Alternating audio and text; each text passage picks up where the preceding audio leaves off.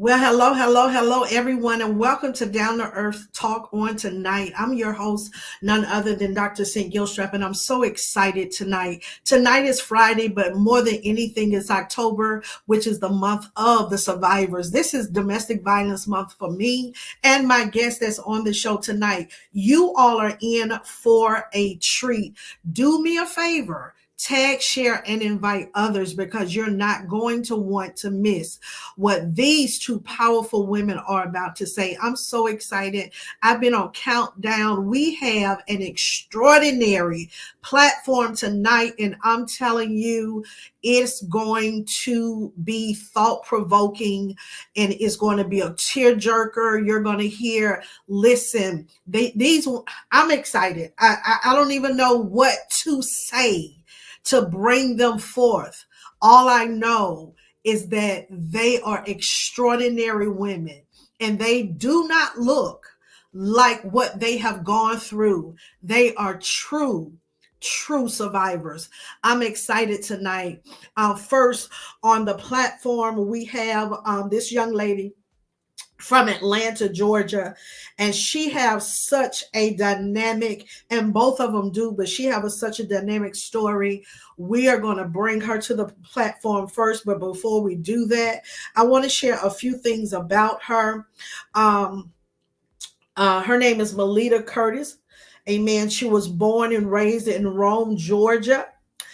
She was born with a twin. However, her twin passed away at the age of 6 from a rare type of cancer. She has two other siblings, a brother and a sister, who are both younger than herself. She have two living parents who stirred her in the right direction as far as her faith with God. She is a nurse. She was a LPN licensed practice practitioner for the last 14 years. She works at Greater Memorial Hospital in Wellstar. She received the RN award for 4 years. She has been a great accomplishment. She loved the career that she's in because she have a gift of helps. She's a loving woman. She's beautiful. She's intelligent. She have a daughter that's 9 years old. She is the joy of her life. She keeps her going, keep her on her toes. Her life was drastically changed over a period of 3 years ago. And listen, let me tell you something. I want you all to get ready. Get ready for this young lady because you're going to literally have to stay rooted and grounded to hear what she's about to say. So without any further ado, I introduce to some and present to others none other than Melita Curtis. Come on and put your hands together. Welcome to the platform, Melita. Hi. Hi, Hi. everyone. Are you excited to be here? I am. I'm excited to be here. I'm so glad to have you. I'm so glad to have you. Hold on because we're going to bring up our other powerful guests and we're just going to dive in. Listen, this woman of God is world renowned. She is world renowned. She has over 500,000 Instagram followers, 400,000 TikTok followers. She have a 1 million. Listen, she is phenomenal. She is a trendsetter, a forerunner, a transformer, and she is amazing. She is a attorney by right, and she is changing people's life forever. Listen, I'm excited because she chose a little bit of me to be on this platform. I love her spirit. She real, she raw, she's uncut, and she tell the truth. And I love that about her. I want to present to some and introduce to others. She's backed by popular demand, none other than the Esquire herself, attorney Joi Hunt. Come on and put your hands together. How are you guys doing tonight? Hey,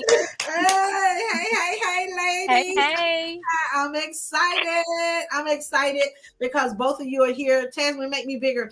But I want to make sure that we all three get to the intel of this conversation. So I'm excited. As you all know, ladies, it's Domestic Violence Month. And I want to make sure that I close this month out doing something. My intentions were to bring you all with me together so we can do it live. But I can't even say unfortunately, I started a church. And so when I started the ministry, it's been 2 months now. I started a church for real, in person, in living colors. It Okay. put some things back for me. But next year, if you two are available, I want to do it in living colors. So that was my delay. And I wasn't sure if I was even going to say anything, but we survivors, so I had to do it. Without that being said, listen, I'm excited because you all are here. We're going to dive into the topic of conversation, and you all listen. Everyone needs to tag, share, and invite because you're going to be excited about this topic of conversation. While you all are chiming in, you know, we just gonna have girl talk. We're gonna have girl talk conversation. That's just basically what we're going to do on tonight. So with that being said, Melita, we're going to start off with you because I know your story, but we want the world to know your story. It's you should have a movie by now, Melita. Like seriously, it is just how have you been coping just since that even happened? Like how you feel. Tell us about what occurred. Let's start there. Tell us about what occurred. How did you get in this place? Okay, so actually it's been more than 3 years. That was the era. It's actually been 8 years now, since I was basically attacked by my daughter's father. In 2016, I was set on fire. I came home one night. I was going to school to get my RN, which I did complete. So glory to God. Yay. Um, but I completed it. But I was in my last semester, and I was going to school one night, getting ready to finish my homework and go home. I went home that night, and I didn't make it to school the next day. Basically, he had doused me with gasoline and lit a match and set me on fire. Um, that was like 2 o'clock in the morning, and he did put me out. Well, at first, I remember just thinking in my head, okay, I'm gonna die. So I was preparing my mind. um, but I also was trying to get out of that house. But when he once he set me on fire, I just threw my hands up. Um, and so it protected my face. So the flames went up, but my hands protected my face. So I'm burnt about maybe 35% of my body. Um, but anyway, long story short, he put his hands so I couldn't get out the house. So I was thinking that, okay, this is it. And so I was like, I'm going to run through the front door, which he had doused the whole house with gasoline. And so I was like, I'm just going to chance it and try to get out the door. And so that's when he grabbed me with the other hand and pulled me to the sink, and he put me out. And he asked me, he was like, well, what are we going to do now? He was like, don't tell on me. And I was like, oh, no, I'm not going to tell you. You got to take me to Grady, though, because I got to get to the burn unit. And so we got in the car and we headed to Grady. We're flying down 20. He rolls down the windows. When he rolled down the windows, it was like I was on fire all over again. It just felt like a million knives in my skin. And we're doing like 100. And so I like to tell this part because I just felt like God was in it. He allowed him to put me out. But then when we're riding down 20, 20, sometimes the police be waiting up there on the ramps.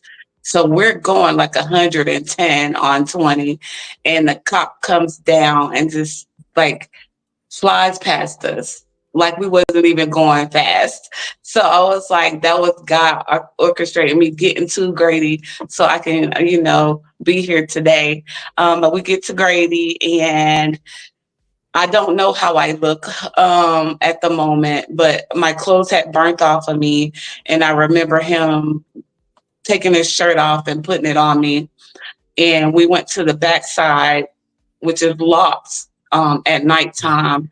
So we had to go around to the emergency room side, and then he just pulled up at the emergency room, and he said to me, he was like, "So you're gonna tell on me?" And I was like, "Oh no, I'm not gonna tell on you." And then he was like, "Well, I'm gonna need some money because I'm gonna have to go on the run." Are you serious? And I was like, "Well, my purse, everything." I said, "You can have the car, I don't care." So everything, but luckily, he had been blowing my phone up that day while I was out, so I locked my debit card. So I was thankful for doing that. But he left in my car. I get into they get me on the stretcher, and they get me to the back. And of course, that's the first thing I did. I told on him. And then they found him like 3 days later. He was hiding in my attic.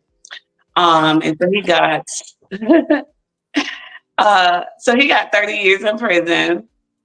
But moving forward, like I said, I got my RN. I graduated, and I've been coping. No,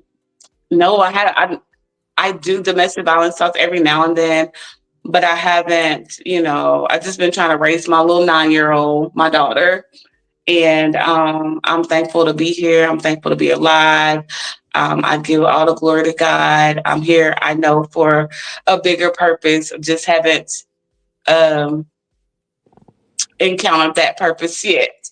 So, let me ask you, Melita, before all of this occurred on that day, do you remember the specific day?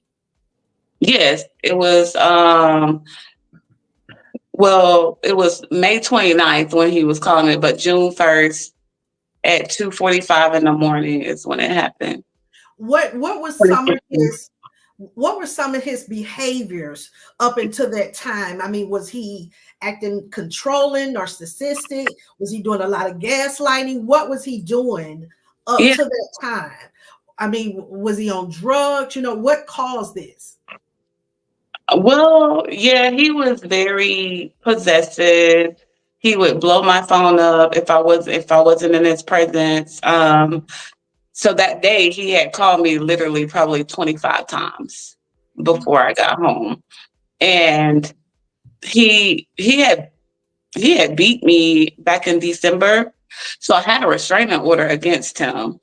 And he wasn't even supposed to be around me or anywhere near me. But yeah, so he in December of 2015, he had beat me like unmercifully. Like he kicked me in the head with steel toe boots numerous times, punched me in the face.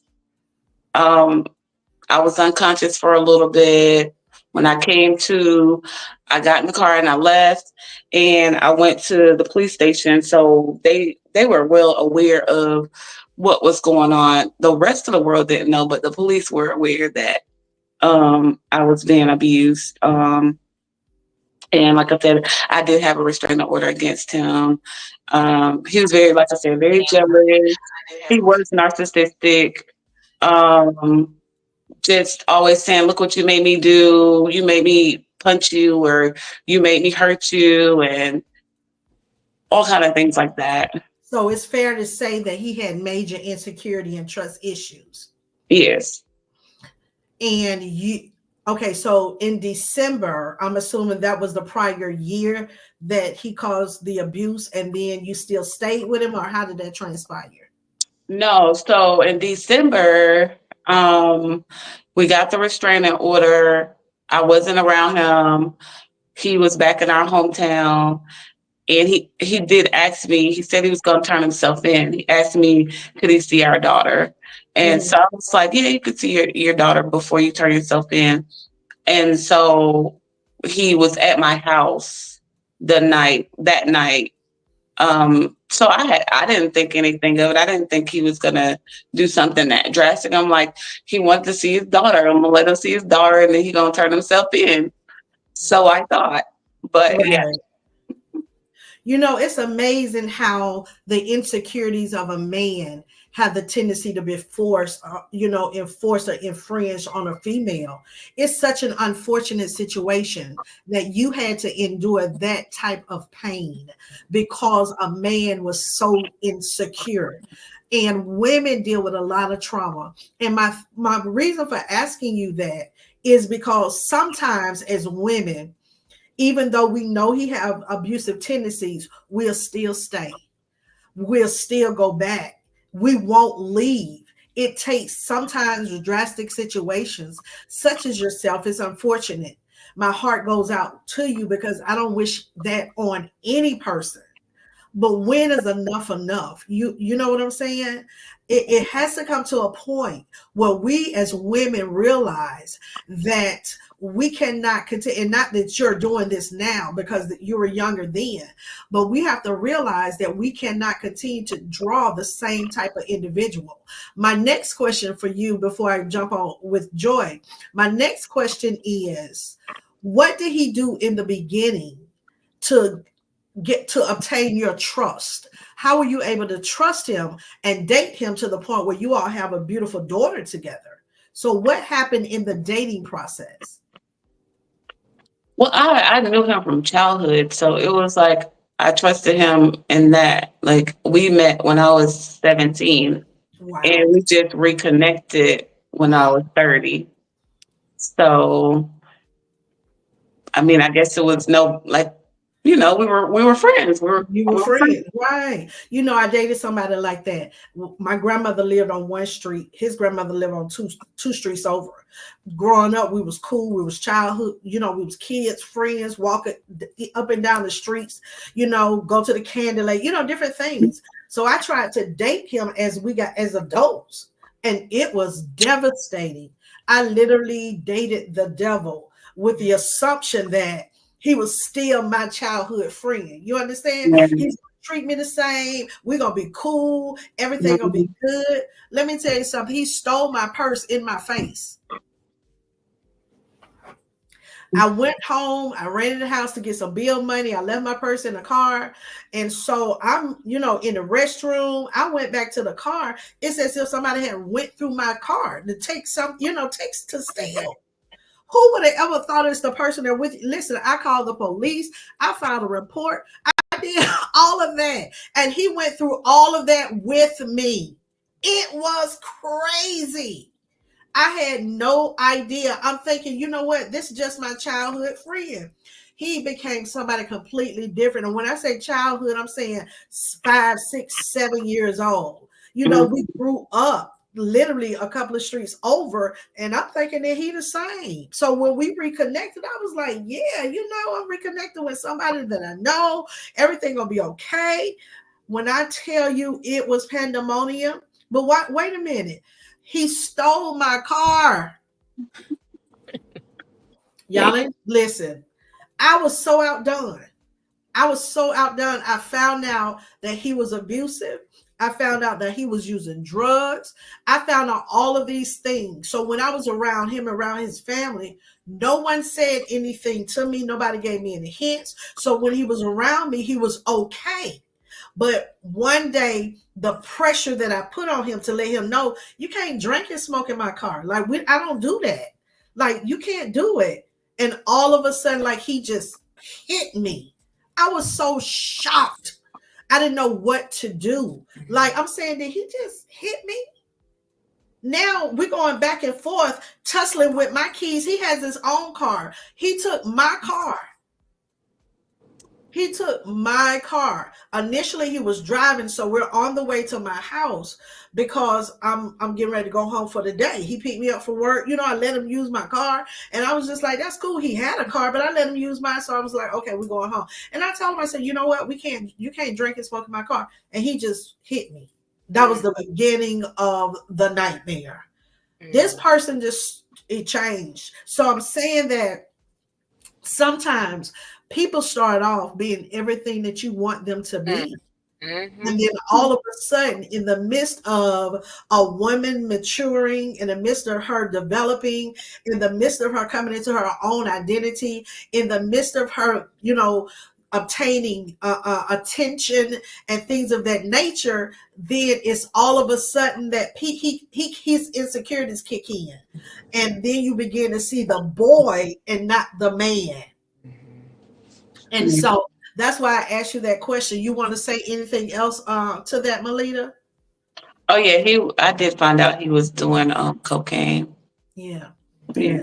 it's something. It's something. And I'm telling you, and I literally had to go to his house. I had to get his niece to track my car because I had my stuff in my car, and she tracked my car with the cell phone. I went to find my car literally in a crack infested area. It was a drug infested area. And if I tell you, Melita, the area, then you would know, like over by South DeKalb Mall across the street by Burger King. And it was crazy. I was like, this is insane. I had never went through anything like that before in my life. I've gone through things, but just not that. You understand? So it was crazy, but I thank God you made it out. We're coming back to you, Melita. Joi, tell us about your situation, Joi, because I'm telling you, the last time we talked, it was something serious. So, I married a covert narcissist who's also a sociopath. Okay, so very charming. Oh, he's the nicest person, to all the strangers. But at home, it's like you're Dr. Jekyll and Mr. Hyde. And we got married very quickly because everything, the first date when you say what you looking for, he miraculously became everything I said on that first date that I was looking for. So I said, oh my God, look at God. He done gave me all my wildest dreams, right? We got married real quick, had a kid real quick. We're in business together. And so I would say he was first more emotionally abusive, very neglectful in the marriage, very selfish, and then he had a really bad problem with anger. But it would first be around him. He'll hit himself, then he'll like hit a wall. It don't matter where we are, we out of town, he hitting a wall, he's posting holes in the hotel wall. It's always he just snaps with all this, anger. And then eventually it got to throwing things at me, chasing me around the house. And I'll be like, if I don't argue with him, then he won't get mad.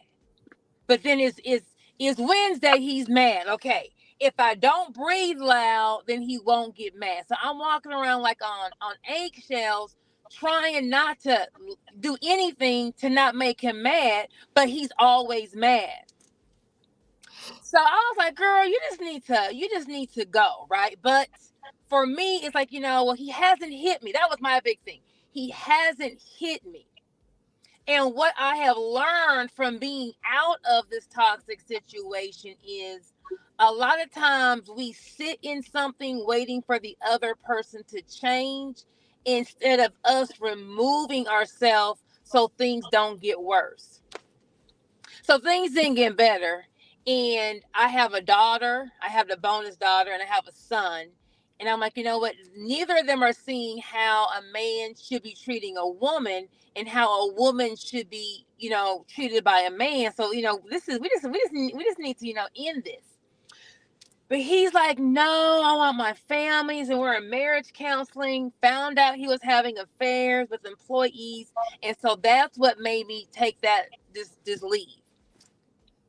So I move out, but it's like the second that I started to get my control, like get me back, Yes. that's when the violence just went like on a whole nother level. So there were a couple incidences where we're at work, he's pulling a gun out, just shooting in the lobby, clients running out. And I'm just like, what in the, it didn't make sense to me. Like, you are now free, you can go turn up, live your best life.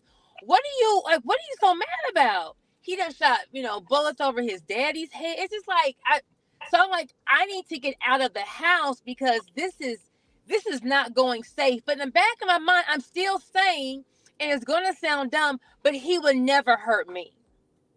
He would never hurt me. Wow. Girl, all the signs are on the wall, but sometimes, we like to take that crayon That's box it. That's it. and we will, baby, I will color over a red flag and make Listen. it pink, orange, and green. Listen. Girl. Listen. So I am now moved out the house. Once I saw him being all the violence, it's okay, Joe, you need to play weak. Just play weak. Hey, I'm just gonna go get a place, but I can't show any strength just to keep him calm. And so I was out the house maybe 2 weeks. Look, I'm still going to work. I'm still seeing him at work.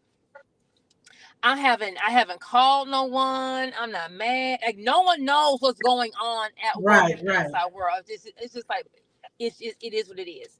And so one night, it's me, him, and my son at the dealership, and he was just like, just mad. And I'm like, I can't argue no more. Like, it's like we arguing because it's Wednesdays. I just can't argue no more.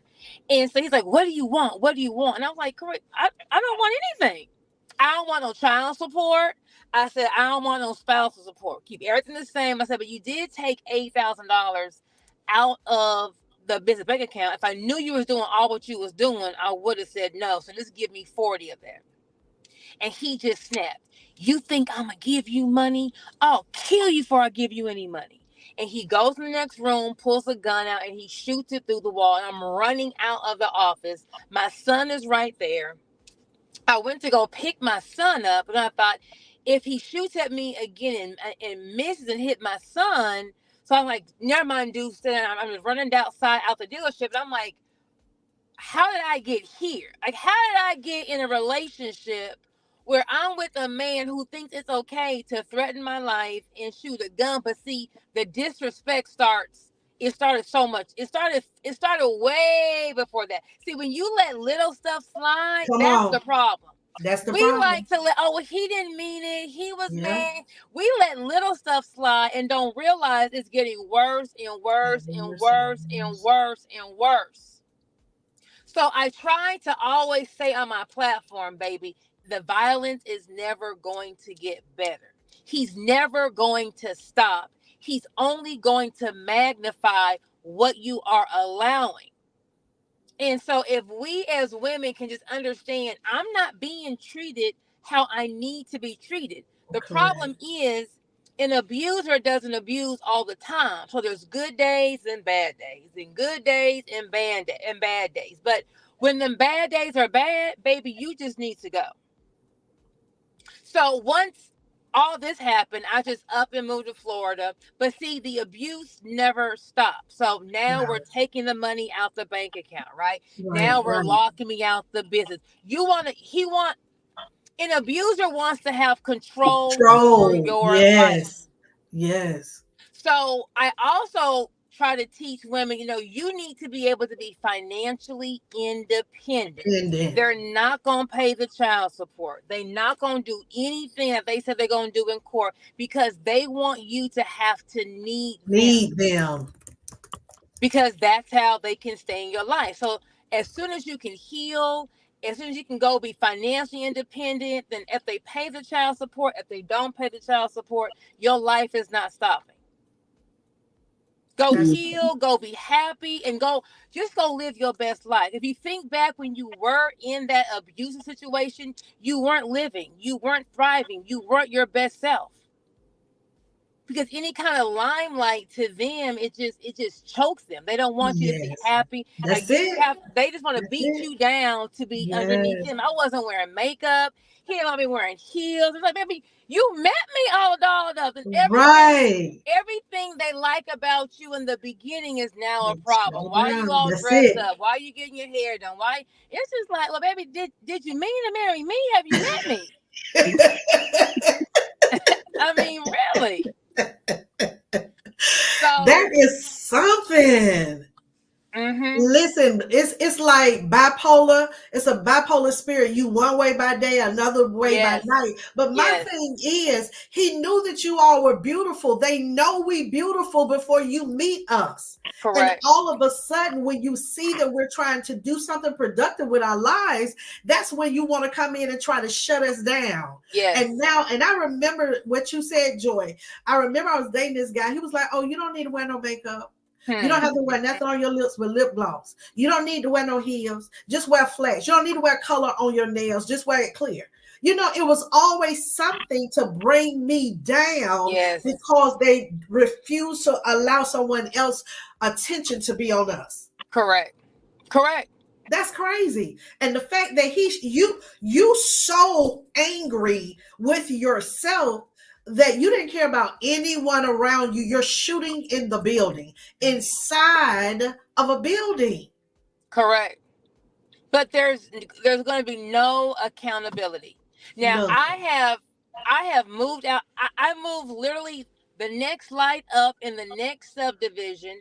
I'm not having. I'm trying to be the cool soon to be ex-wife. You know what I'm Right, saying? Like, right, I ain't right. tripping. Just I let ain't me out. tripping. Right. Them girls on you.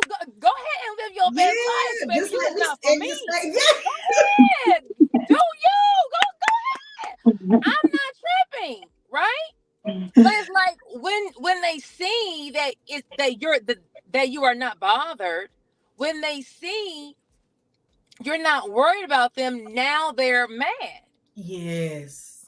And it's like Yes. they want to make sure that you never can really just for a good year. It's like I couldn't just get a grasp on things. Okay, the affair, bam. Now the shooting, bam. Now I gotta move, bam. Now you're taking the money out the accounts. Now you're locking me out the business. Now you're not coming to see. It's just like when is it gonna stop? Yeah. When is like my life just going in like a chaotic? When is it going to stop? And then I Right. realized, Joy, it may never stop. You just need to go build your own new life. Right. And by when you go build your own new life, you can now control that, and you're not being controlled by them. It's That's hard. It's going to get worse before it gets better. But once you get to that other side, once you heal, once you forgive yourself for allowing that treatment, once you say, girl, I was tripping, I done found myself, you done dusted yourself off, um, now you're actually thriving in life. When I was mhm. living, I was existing. I was just Right. literally existing, going through the motions. Now I literally love life. God has blessed me. God has covered me. My son, Amen. he saw all that, but he is just thriving. Like God will bless you on that other side. That's what I'm talking about. It's amazing how God will make a way for us to escape when we're serious about getting out. Exactly. And so we have to get to the point where we're serious. Now it's time to live. I can do this. And this is what I told my girlfriend, because when I was in my situation, all he said is nobody wants you. And you're not going anywhere. If you go anywhere, I'll kill you. And you stupid and you dumb and you ignorant and you crazy. And so my confidence was shot. Mm-hmm. But when I received my confidence back and I realized I can do this on my own, now you want to kill me. Now you want to put a gun into my head and tell me can't nobody have me. It's the grace of God that God give us the strength. And I'm not just talking about for women, but for men as well. Correct. I have a 9 millimeter on my forehead. Mm. And the gun, literally the bullet is in the chamber, but it's the grace of God that held the gun from going off. Come He on. held that bullet back. Come And on. so we need to learn how women such as ourselves that have survived domestic violence and we live to tell stories.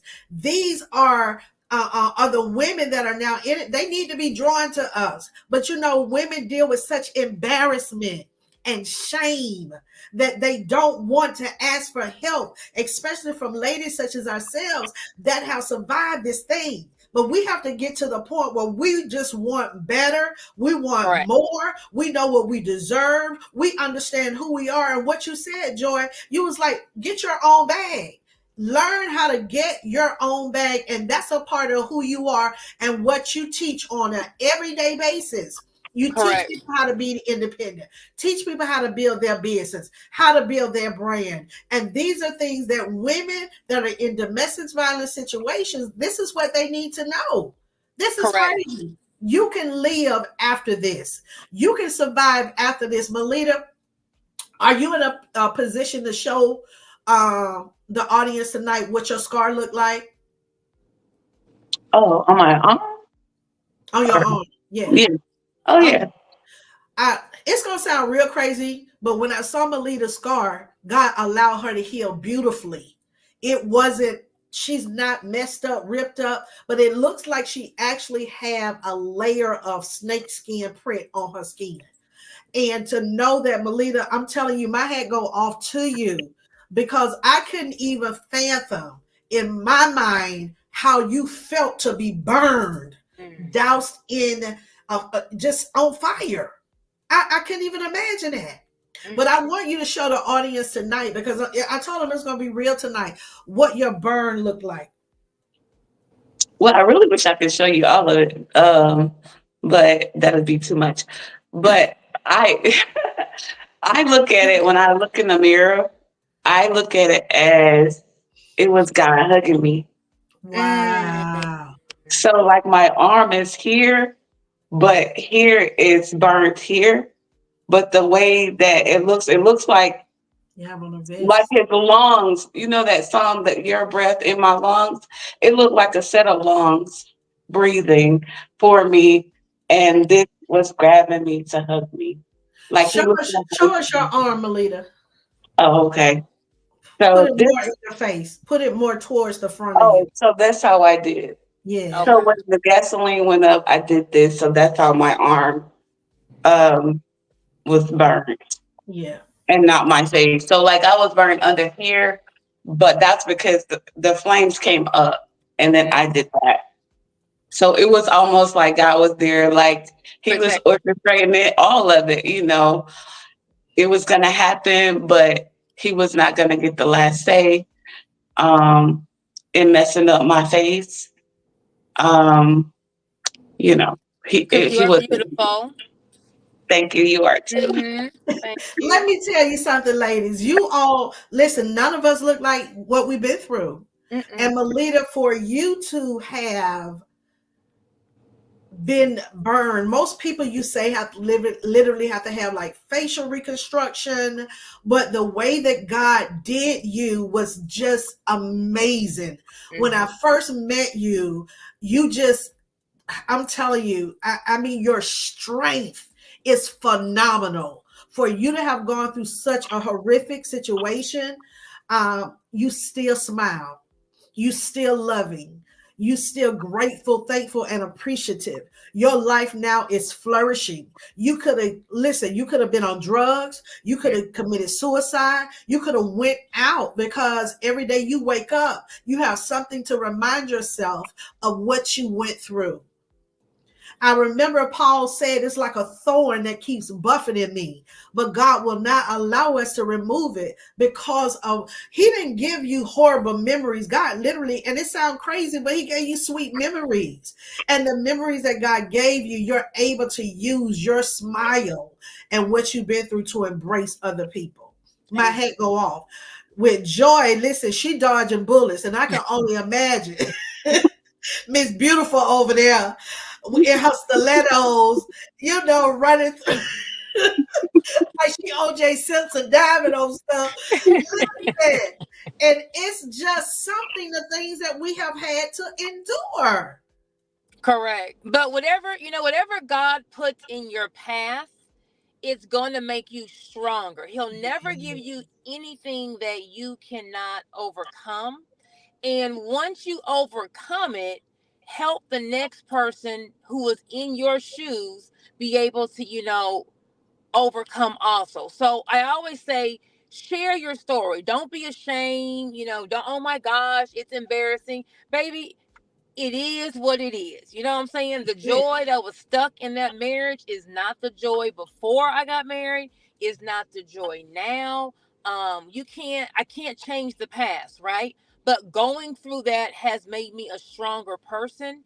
Him trying to take everything away from me and I'm still winning and thriving is God's way Yes, of showing yes, me yes, how yes, good I am. If you didn't yes. have any kind of obstacles, God can't show you, number That's one, it. how good you That's are. it. That's God true. can't show you how amazing He is. If Mhm. everything was perfect, you would think, Mhm. oh, okay. But when you are going through those storms, when you're like, there is no way I'm about to get out of this one, and you still come out not smelling like smoke, you're like, dang, God really does love me. Yeah, yeah. He really does. Listen, and I was telling somebody, I can imagine all the horrific things we've been through, but because we're such powerful women today, and we can empower and encourage each other, I look back at my life and I think to myself, what in the world was I thinking? But that's Sure. just phases and stages, just like Joy said. God don't make mistakes. So he knew we would be in this place today based on what we were going through back then, that it Correct. was going to help catapult other women and Correct. men to Correct. tell their story and for them to be encouraged and empowered. Because looking at Joy, she's a multi-millionaire. I don't know if I can say that, but it's out now. At the end of the day, she don't look like what she been through. Melita, you a nurse. You help people every day. You don't look like what you've been through. The smile that you give, the energy. I went back and I looked at some of your pictures with your family, which your siblings, and you are living and thriving. Even with myself, people were like, "Say, is that a true story?" I'm like, "Yeah, it's my story." So for all of us to be here today, women, I'm telling you, I thank God for each and every one of you, amen, and the survival that we went through. And just like Joyce said, her son wasn't affected. Yes, he was there, but he wasn't affected. Your baby was there. She wasn't affected. My daughter was there, but she wasn't affected. So I thank God for everything that he's done for us and how he's done what he's done. I'm telling you, I'm excited about the future. And Amen. I just cannot wait to see what God has in store. With that being said, I know Joy, her schedule is so busy, so I know she got to run real quick. But Joy, I want you to share what it is that you do, how people can reach out to you, and all your information that you want to share with the audience, because I want to make sure that you're able to share your information on this platform because people need your services and your business. Okay, so I am a business attorney and a serial entrepreneur. You can follow me on Instagram at Joi Hunt underscore ESQ. So JOIHUNT underscore ESQ. I teach entrepreneurs how to start, market, and grow their business to get it to the bank. February 2022, after I left, my son's father took all the money out of our account and I had to start with nothing, right? So I give a lot of free information on my page because I understand what it feels like to have to start over and not have anything. So those who can't afford to book with me, I give a lot of free content. If you go on my YouTube page, on my Instagram page, you can figure it out. Okay.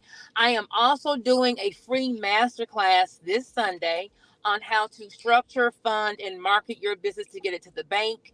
You want to go to my Instagram page, click that first link in my bio to get the Zoom link. It'll be this Sunday at 9 p.m. Eastern Time, where I'm walking you through exactly how do you start your business, how do you structure it, how do you run it, what contracts you need, how do you protect your assets, how do you market to get your target audience to your business. And then what saved me was selling a digital product. So those who are don't have funds, you are just in it, right? What do you already know that you can put in an ebook, put in an e-course, and just start selling it online? Making a digital product does not cost a lot of money. You can YouTube your way through it or catch my class, I'll walk you through it. But being able to sell something to make some money for the attorney's fees, right? For your first and last month's rent, for food and Pampers, being able to sell a digital product to make money to help you either get out of your situation or thrive after you've gotten out of your situation. So I'm a big proponent in trying to teach women how to empower themselves to be financially independent. I'm gonna be on the call on Sunday at 9. I'm Awesome. definitely gonna be on there. So thank you so much for sharing that. Mm-hmm. Melita, you are in the area of nursing. I don't know how in depth you are, but there are a lot of people now, and I want to say this, that dealing with mental illness. Mm. There are so many people now that deal with mental illness. A lot of people are in denial about the mental stability that they are in. Have you seen an influx of these cases in your area? Have you seen a lot of, I guess, people going through and really struggling and suffering with mental illness? It's funny you said that. I'm a mental health nurse currently. Wow. In every, field, but currently right now I'm doing mental health. I won't say the hospital I work at, but I really believe that we have not arrived where it comes to mental health. I think we still look at it as taboo and we don't take it as serious. People come to the hospital, you know, and they're not receiving the help they need. And I see it in the babies um, Wow. from 10 and up. And it's sad. Really? It's very sad. So yeah, I don't know. I don't know the answer. I don't know, but we're failing people with their mental illness. We are as a country. We're not doing right by the people. Um, and I don't know the answer, but I'm there, and I know I'm there for a reason right now to learn the things that I need to. Then and so yeah. That's very serious. I was listen, I know that we're living in perilous times in the world. Mm. There's a lot of stress and different things that are going on. I've been studying on domestic violence, and I've even seen the increase of cases that have occurred. It used to be one every 3 minutes, but now literally it's like every minute someone is being abused or someone is being hurt by domestic violence. And I'm saying that because I know Joy brought up dealing with a sociopathic person and a person that's narcissistic. Even being bipolar was my situation. And I used to try to always blame it on the sign, but the sign didn't have anything to do with cray cray. So we want to make sure that we understand. So at this point, Joy, what would you say to the individual man or woman that is in a relationship with a narcissist or a sociopathic person? What would you give them? What advice do you have to give them? If you are with someone who is never happy, right? Like they are never satisfied. No, if they can win $1 million tomorrow and they're gonna be like, dang, why couldn't it be 1.5 million, right? If you're with someone who is it's hot and it's cold, if you're with someone who is like they're Dr. Jekyll, Mr. Hyde, because I never knew what a narcissist was, right? I would encourage you to go on YouTube and just, Google what's a narcissist, or what is NPD? What is narcissistic personality disorder? And when I first moved out, my brother was like, have you ever heard of a narcissist? And I was like, no. And I want to say for 2 days straight, I was up 48 hours on YouTube, like, oh my God, this is my life. Mhm. Wow. NPD is an incurable personality disorder. Okay. So it's when the person they cannot emotionally attach to anything. So, see, a regular healthy person will be like, there will be some kind of line that we're not going to go past because, man, I went to high school with that girl, I can't be for her. Or, we've been through so much. There is a line as to how low I'm gonna go. right? So like if something were to happen, there's something that's gonna stop me from how crunk I'm gonna get. With a narcissist, there is no stopping. It's like whatever is the however low they can go is how they're going to go, but there's no that they cannot emotionally attach to people. So in your mind, I've been with this person for 10 years, they have all these memories, it's nothing to them. So they can just discard you, they can try to hurt you. They don't have that same feeling for you. So I would say number 1, don't say anything. Go research and learn about the disorder. So for about 90 days, 3 months, I was researching what is it? How do you handle it in court? How do you divorce someone like this? Because you want to be able to equip yourself with the knowledge of handling someone that has a personality disorder. They're not normal. On the outside, they look like they're normal, but their brains are just wired differently. Okay. So when you're leaving someone who is a narcissist, and there is a spectrum, right? So there's people can be like from one end to the other, right? I happen with someone who's on the extreme side and a sociopath, right? So you don't want to let them know that you know what they are, because once you let them know, I made that mistake. Have you ever heard of a narcissist? Like, you're crazy. Then the anger, whatever they use to control you, is going to go on full throttle. You got to learn who you're dealing with so you know how to handle with them in court. How do you remove yourself? And the only thing you can do is to go no contact. There is no negotiating with a narcissistic person. There is no give and take. They are not going to follow any agreements. Nothing is going to be fair. The game is rigged. They entered the relationship knowing, number 1, I'm going to leave you. Number 2, I was never in it. The person you met in the beginning was fake. That person doesn't even exist. And a lot of times, like for me, I'm 10 years in. We have a great life together. If I can just get him to be how it was in the beginning, we be good, not realizing the person in the beginning was all a facade. It's a mask. And over time, that mask slips, and they keep showing you their true self. So if you're with someone who's narcissistic, baby, it's not going to get no better. Okay? Get you a game plan as to how you're going to get out. Understand they're going to take everything.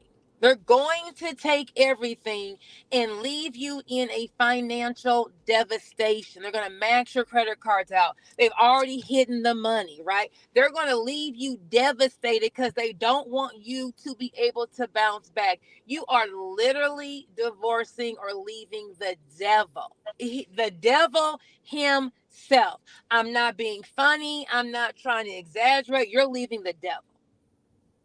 There's nothing that person won't do to you to win and get a leg up. If they got to kill you, there is no stopping point to the deceit that they're going to do. So once you understand that, now you know you have to move strategically. My God. You can't tell everyone what you're doing, because once they know your plan, they're going to now go and sabotage it. My God. And know that when you leave, you're going to lose a lot, right? You're going to lose a lot. But God is a God of a restorer. Come on. Okay? So when you're starting over, you're not starting over from scratch. God's going to multiply whatever it is you have quickly to get you back. But you are going to start over. But when God sends a storm in your life, whatever he leaves is all what you need to have to rebuild. Satan wants you to focus on what you lost. You done lost your job, your car, your status, your this, your that. God's saying, I left exactly what you needed. Whatever you needed to start over and build is right in front of you. All you have to do is repurpose whatever is right there. And over time and time, just following God's footsteps, he's going to direct you to where you need to go, but he's going to multiply it quickly. You're going to find that person when y'all connect. you got the job. You're going to find the person, and you happen to be in Starbucks, and they're looking for whatever it is that you have going on, and now Right. you have the promotion. And he's going to find the person who's going to get you in for that apartment or that townhome. God is going to help you go from 0 to 100 quick, but you are going to be at a 0. Because when you leave a narcissistic or sociopathic person, it's the playing field is not even. No matter how No, crunk you can that's get, it. they That's can go it. lower. They're in that sewer. You can't even Mm. go as low as they can go. Yeah. It's amazing how a narcissistic person be in denial. As Shannon Savoy said it so eloquently. She said they're Decepticons. I like when she said that. Listen, they have a Decepticon personality and they come to Correct. deceive. And they're always in denial. Everything is you, and Always. nothing is never them. Thank you so much for sharing that on tonight, Joy. Melita, with your situation, tell the audience tonight what are some of the signs that you need to watch when you're in a situation like that. What are some of the signs that you have now, seen in your past experience that you can share with the audience on tonight so that they will not continue to be in that type of situation? Oh, well, like I said before, for one, blowing the phone up. Some people think, oh, it's cute for somebody to keep calling you. If you call somebody one time, they don't pick up. Okay, you call them again. But 3, 4, 5, 6, 7, 25 times, that's excessive. Something is wrong. It's like they're trying to get you or make you answer the phone. So they're trying to control every Yeah. aspect of your life. And the blame with gaslighting, mine used to just blame me for everything. Blame me for us not having food to feed our daughter, blaming for hitting me or messing my face up. Just and like Joy said, it's like they're not smart, but they're smart. So they're like a step ahead of you because I used to say, oh, I'm gonna keep my credit cards near me because I know he's gonna go in my purse. I wake up in the morning, my credit cards are gone, and he's done wipe my bank account out. Um, just things like that. Like they're always a step ahead of you, and then also when you have finally made up your mind to leave, like Joy said, please don't let them know because that's when you're in danger. And no one told me that because I think if I had known that, I may have not went home that night, and maybe I wouldn't have got set on fire that night. But I didn't know. I knew the sign, like, oh, okay, he blew my phone up 25 times, but I didn't think, oh well, when I get home, he's gonna have gasoline here waiting for me, and he's gonna set me on fire and try to kill me. But had I known that my plans were once I graduate, I'm getting out. Well, it was my house he was in, but I was going to get away from the situation. Um, and I was going to get rid of him. And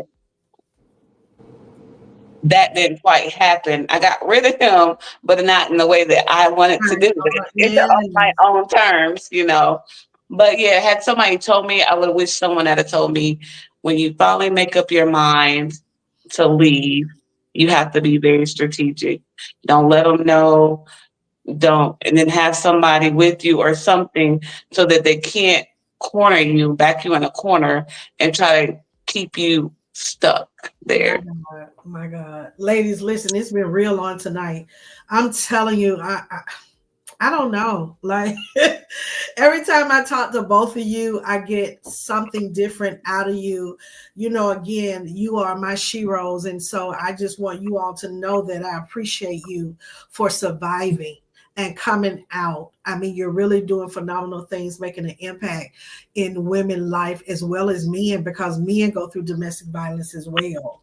And so, though men don't like to talk about it as much as women do, it is what it is. One thing I've realized is that the spirit of control is real. And so when you know that when you're with a controlling person, you have to get out, break away. Let me say this for many women before we get off the call tonight. One situation I was in a conversation this morning, and because it's domestic violence, and I'm gonna say this pertaining to the church, just because you go to church don't mean that spirits don't go to church as well. Everyone in church is not delivered. Everyone not saved, sanctified, and Holy Ghost filled, or whatever your interpretation of church is. We still, I say it like this: churches are one place you go that they don't get they don't have a background check. They don't do backgrounds, they don't do bios, they don't do resumes. So anybody and everybody come to the hospital for the sin sick soul. So if a person is not delivered in church, then that means that they still have that same spirit. I don't care how often you read your word and quote scriptures. Correct. If you have never got healed or delivered or dealt with the trauma in your life, then you still suffer in silence. With that being said, the conversation was that there was a woman that was a very prominent woman that was married to a very prominent pastor, and he was so abusive, it was ridiculous. He literally disfigured her face, and so every Sunday he would go home and abuse this woman. And so after she made the announcement about what actually occurred, that the church turned away from her and favored him. And so I want us to understand and know that domestic violence is not love. If someone hit on you, it's not love. You need to get, just like Joy said, as well as Melita, you need a exit strategy. Don't stay in that situation, that posture, thinking that somebody loves you. That's not love. Love is not controlling. Love is partnership. It's understanding. It's peace. I'm older now, so if you can't bring peace into my life, then Correct. it's not going to work. It's Correct. just not going to work. So with that being said, I just want to make sure that we are very clear. If you're in a domestic violence situation, dial 911. I can say this: for some reason they think restraining orders work. That don't stop the person from doing certain things that hurt you. That just leaves a paper trail that the court system can build up. But at the end of the day, if they know where you live, if they know Correct. your number, they know where your kids go to school, everything is in jeopardy. They know your parents, they know your siblings. Everyone is in jeopardy. You have to do what you have to do to protect everyone, not just yourself and your children if you have them, but everyone needs to be protected. So you have to consider that as well. But dial 911. There is help out here for you. Ladies, do you have any final statements, comments, or remarks? I would say it's not how you start, it's how you finish. So finish strong. And I would say, whatever it is that you are struggling with, God can help you. Just ask for his guidance. He may not be able to show you all, like, the entire way out. Like, we want to know, okay, how do we resolve this problem, right? But he will show you step by step what needs to happen. So just trust him to help him to guide you out of whatever situation that you're in, or trust him enough to restore you to be. But when God restores, he's going to restore you better than where you were when you first got into this situation. Melita? I would just say that God is always with us, and the past, we none of us know our paths in life. Um, and my path, I could have never imagined this path, but the path, it was a blessing to me. And I know that sounds weird, but I was an introvert. I didn't. I wanted to cover myself up. I had low self esteem. I didn't want to be that. I just wanted to be invisible and, walk around invisible. But since this happened to me, I can't.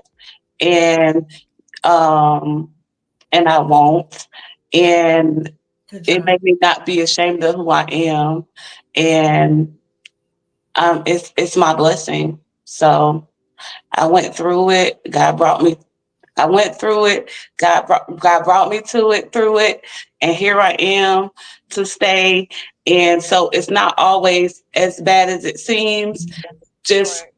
stay on that path, whatever is facing. Keep going. Don't stop, Yeah. and walk it out. Amen. Walking out. Listen, our time have expired and I'm excited. Thank you, Melita Curtis. Thank you, Joyce Hunt Esquire. I appreciate you for stopping by, doing a drive-by. Amen. This is Domestic Violence Month and we're excited. You are not a diamond. You are a ruby. So all of those that are listening, male and female, remember that you have vaulted value. Until next year, amen, we look forward to seeing you and meeting you. Go back and tag and share, invite someone to this telecast on tonight because I'm telling you, they will be blessed. Thank you to my guests yet again. I appreciate you, ladies. To the audience, we listen. We thank God for you chiming in with us. Until next time, have a wonderful, powerful, prosperous night. Good night. Bye.